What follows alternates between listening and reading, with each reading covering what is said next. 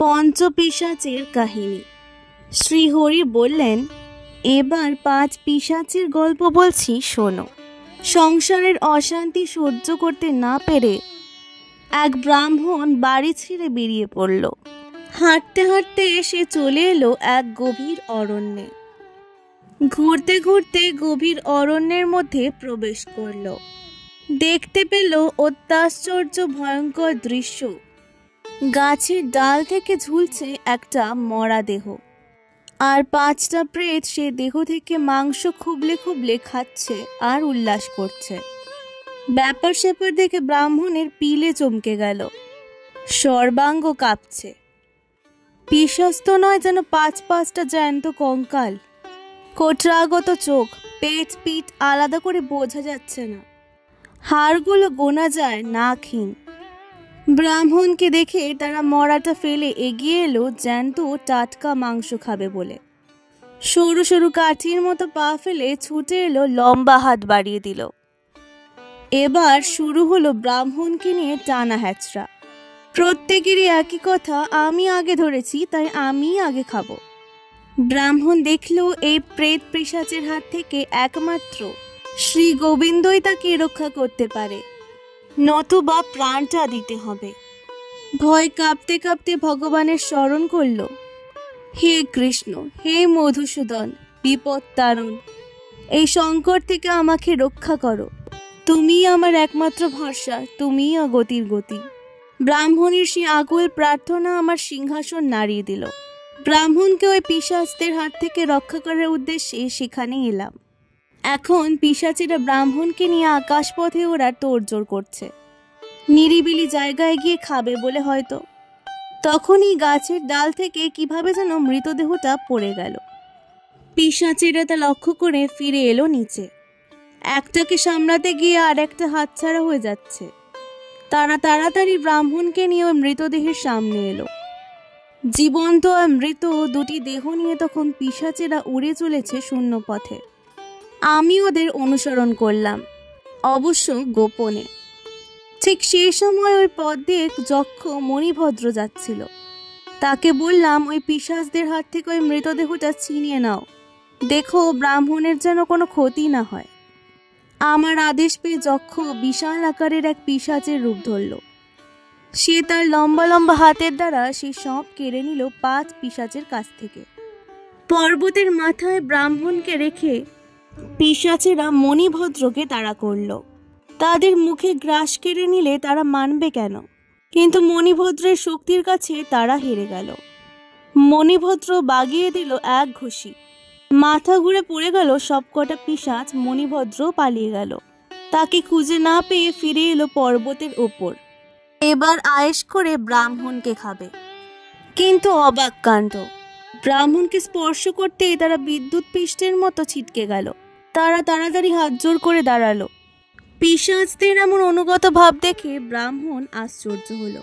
পঞ্চপিশাচ বলল, হে ব্রাহ্মণ, আমাদের মাফ করুন, না জেনে আর একটা পাপ কাজ করে ফেলছিলাম। বিস্মিত কণ্ঠে ব্রাহ্মণ জানতে চাইল, তোমাদের কথার মাথা মুন্ডু কিছুই বুঝতে পারছি না। আপনার স্পর্শে আমরা গত জন্মের সব কথা মনে করতে পারছি। ব্রাহ্মণ বললেন, তোমাদের পরিচয় কি? আমি হলাম পর্যসিত। পিশাচদের মধ্যে একজন বলল, আর এদের নাম সূচিমুখ, শীঘ্রক, রোধক আর লেখক। তোমরা পিশাচ হলে কিভাবে?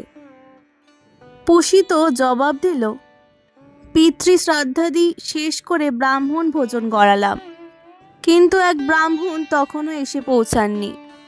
আমার ভীষণ খিদে পেয়েছিল, ওই ব্রাহ্মণের জন্য অপেক্ষা না করে আমি খেয়ে নিলাম। তারপরেই ওই ব্রাহ্মণ এসে হাজির হলেন। কিন্তু কি খেতে দেব? খাবার তো নেই। ওই পাত্রগুলোর গায়ে লেগে থাকা খাবার আর নিজের এটো খাবার থেকে কিছুটা নিয়ে ব্রাহ্মণকে ভোজন করালাম। এ হলো চরম পাপ, যার ফলে পিশাচ হলাম।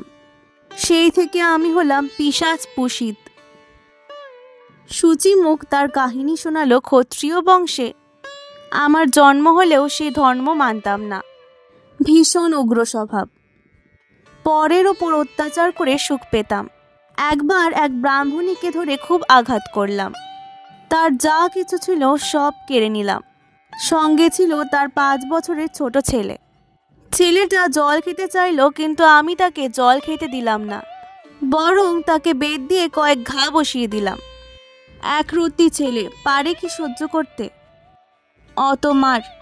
ছটফট করতে করতে মারা গেল।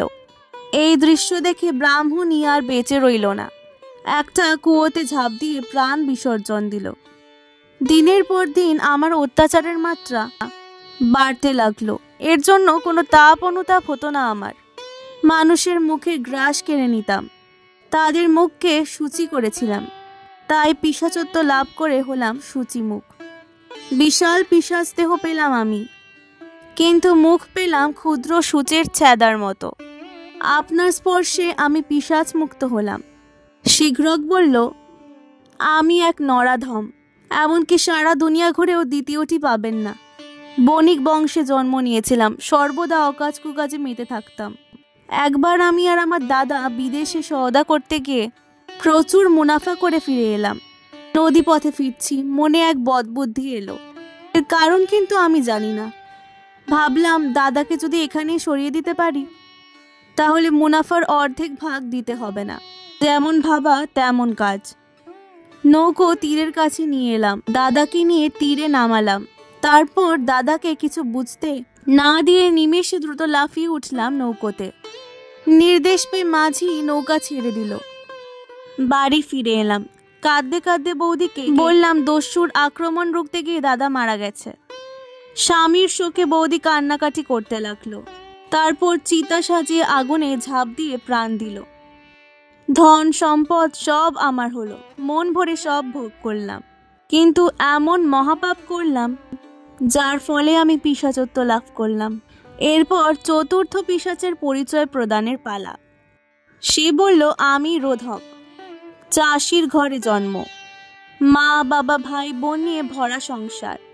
আমার ভাই কোনো কাজকর্ম করতে চাইতো না, ঘুরে বেড়াতে ভালোবাসতো। খাওয়ার সময় হলে তবেই তাকে খুঁজে পাওয়া যেত। তাই তার বিষয় আশয় আলাদা করে দিলাম, পৃথক হলো সে। কয়েকদিনের মধ্যে জমি জায়গা বিক্রি করে দিল। দুবেলা খাওয়া পর্যন্ত জুটল না। মা বাবাকে নিয়ে আমি তখন বেশ সুখেই দিন কাটাচ্ছি। ছেলে না খেতে পেয়ে শুকিয়ে মরছে। কোন বাবা মা তা সহ্য করতে পারে বলুন? আমার সংসার থেকে লুকিয়ে চুরিয়ে নিয়ে মা তার ছোট ছেলেকে খাবার জোগাতো। আমি একদিন টের পেয়ে মাকে যাচ্ছে তাই বলে অপমান করলাম। ওদের ঘরে আটকে রেখে দিয়ে তালা লাগিয়ে দিলাম। সেই দুঃখে মা বাবা বিষ খেয়ে আত্মহত্যা করলেন। আর আমার ভাই, সেও অনাহারে একদিন মা বাবার পথ অনুসরণ করলো। আমি হলাম পাপী, পাপের ফলে হলাম পিশাচ। অবন্তীনগরে আমার জন্ম। পঞ্চম পিশাচ বলতে শুরু করলো। রাজপুরোহিত ছিলাম খুব লোভী। রাজমন্দিরে ঠাকুরের গায়ে সোনার অলংকার আমি চুরি করলাম। রাজা চুরির খবর পেয়ে ঘোষণা করলেন যে চোরকে ধরতেই হবে, তাকে শুলে চড়াবো। আমার কানেও সেই রাজপ্রতিজ্ঞার কথা পৌঁছে গেল। ঠিক করলাম রাজাকে খুন করব। একদিন প্রভাতে রাজবাড়িতে প্রবেশ করলাম। সকলে পরিচিত বলে কেউ বাধা দিল না আমায়। রাজার ঘরে গিয়ে পালঙ্কের নিচে ঘাপটি মেরে বসে রইলাম। রাত হলো, ক্রমশ তা ঘন হলো। ধারালো অস্ত্র সঙ্গে নিয়ে গিয়েছিলাম। রাজার গলা কেটে ফেললাম। বেরিয়ে এলাম সেখান থেকে। মন্দিরে এসে বিগ্রহের বাকি সব গয়নাগাটি প্রতিমার গা থেকে আছড়ে খুঁটিয়ে খুঁটিয়ে বের করে নিলাম। তারপর চোরের মতো সেখান থেকে চলে এলাম। বনের পথ ধরলাম। পড়লাম এক হিংস্র বাঘের মুখে। এ আমাকে ভক্ষণ করলো। জীবনে যত পাপ করেছি তার যন্ত্রণা ভোগ করলাম পিশাচ হয়ে। বিগ্রহের গায়ে আঁচড় কাটায় আমি হলাম লেখক পিশাচ। 5 পিশাচের কাহিনী এখানেই শেষ। ব্রাহ্মণ জানতে চাইল তারা এখন কোথায় থাকে, কি খায়। পিশাচেরা জবাবে বলল, লজ্জা, ধর্ম, ক্ষমা, ভীতি, জ্ঞান যেখানে বিরাজ করে সেখান থেকে আমরা যোজন যোজন দূরে থাকি। এসব যেখানে নেই সেখানেই আমরা বাস করি। যা খাই তা তো নিজের চোখেই আপনি দেখলেন। অনাচারীদের রক্ত মাংস আমরা আহার করি। আপনি একজন সিদ্ধ যোগী, তাই আপনার স্পর্শে আমরা আজ ধন্য হলাম। পূর্বস্মৃতি ফিরে এলো। শ্রীহরির মুখ থেকে গরুর এই কাহিনী শ্রবণ করছিল। শ্রীহরি বললেন, ওদের কথাবার্তা আমি অলক্ষ্যে দাঁড়িয়ে শুনছিলাম। আমি তারপর ওদের সামনে নিজ মূর্তি ধারণ করে দাঁড়ালাম। ওরা আমাকে দেখে হাউ হাউ করে কাঁদতে লাগলো, পা জড়িয়ে ধরল। আমি তাদের নিরস্ত করলাম। 6টা দিব্য বিমানে করে ওই 5 পিশাচ আর বিম্বক সেন নামে ওই ব্রাহ্মণকে নিয়ে গেলাম বৈকুণ্ঠ ধামে। গরুর শ্রীহরির চরণে প্রণাম নিবেদন করে বলল, হে ভগবান, আপনি দয়াময়, আপনার অসাধ্য কিছুই নেই। বব্র বাহন ও প্রেত বাহন। শ্রীহরি তার প্রিয় বাহন গরুরের প্রশ্নের উত্তর দিচ্ছিলেন একটি একটি করে।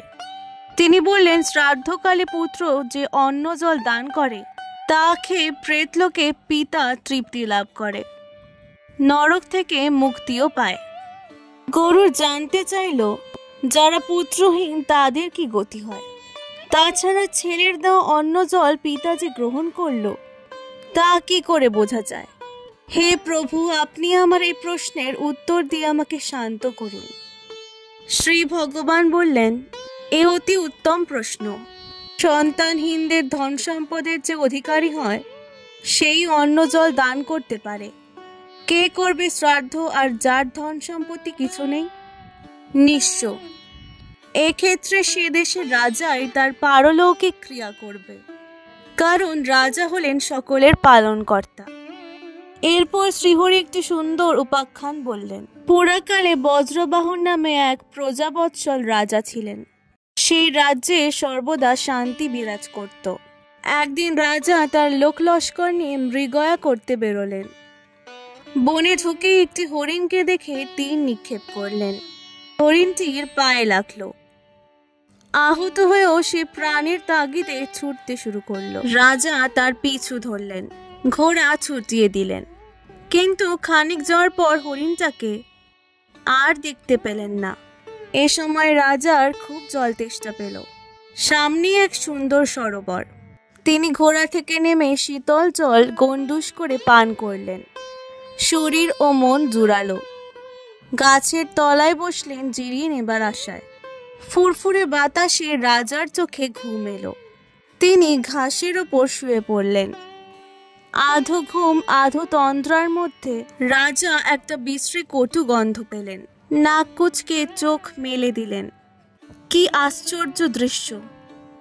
ভূত রাজা তার বিশাল ভূত বাহিনী নিয়ে রাজার দিকে এগিয়ে আসছে। রাজা তড়াক করে উঠে বসলেন।